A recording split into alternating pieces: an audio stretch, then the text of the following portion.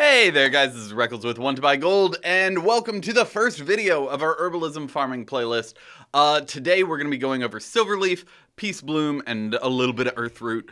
But this video is actually kind of the supplemental video. If we're just going to be going over the tests here. If you want the short form video with just my recommendation of one spot where to farm, then go ahead, click here or down in the description. But that's enough intro. Let's get into the tests themselves. And since Alliance is obviously the best faction, let's just start off with the Alliance zones.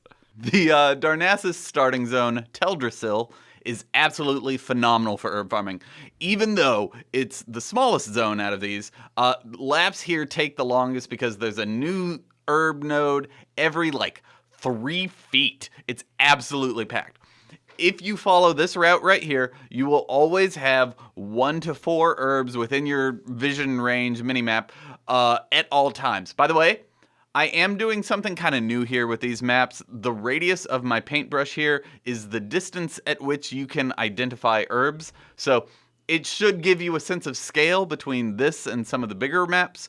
And if you're new to farming, it'll let you start to learn the amount of zone coverage you should be shooting for with any good route. But, you know, let me know in the comments if you like it or if you hate it. In Darnassus, you can expect 350 Silverleaf, 310 Peacebloom, and 190 Earthroot.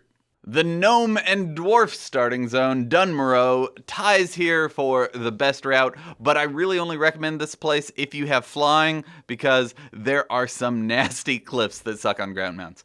From Ironforge, follow the road east, head south at Golbalar Quarry, and then kind of zigzag your way all the way west towards Gnomeregan. Fun fact here, there's a troll herb here that can't be picked and taunts you mercilessly every lap. In 1 hour, you can expect 340 Silverleaf, 300 Peacebloom, and 210 Earthroot.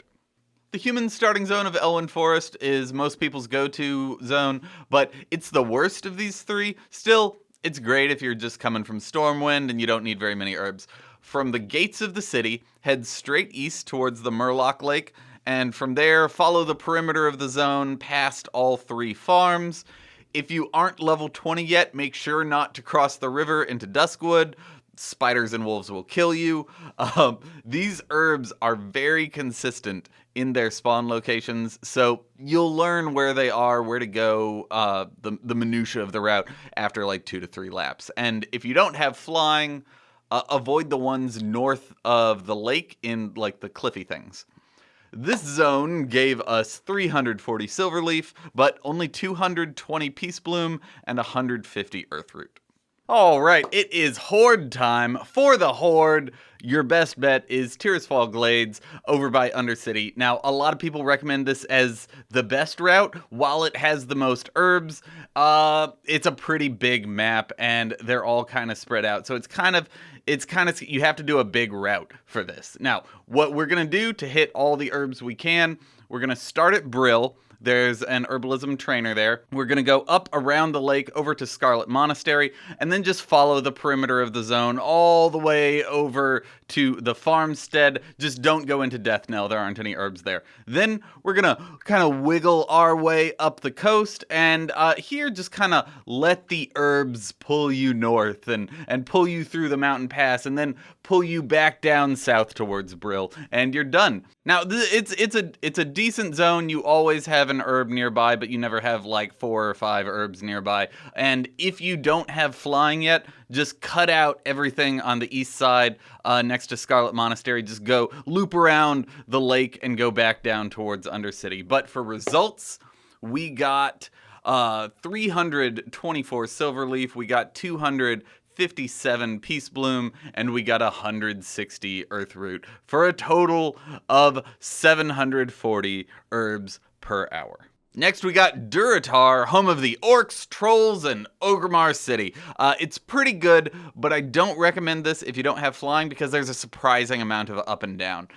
From Razor Hill, head all the way north towards the road, and then cut straight southwest across the ravine until you hit water. Loop around the perimeter of these lakes, follow the cliffs surrounding the Lobi zone, and then just head back north. Like Elwyn Forest, this is a really easy farm once you get used to it, but it maybe takes a couple of laps, and it's always great if you're already in Org. In my test, I got 240 Silverleaf, 250 Peacebloom, and a surprising amount of Earthroot. I got 210. The last spot is the Tauren Zone Mulgore. I was actually kind of surprised that this was last place because, you know, flowers are kind of the Tauren thing, you know? Anyway, it's a beautiful zone though, and I love flying around it. Because the herbs here are so evenly distributed, we're gonna do a split route to ensure that we grab all the force spawn herbs. So on odd laps, go around the entire perimeter. I always accidentally go through the middle of the lake, so shoot, do that.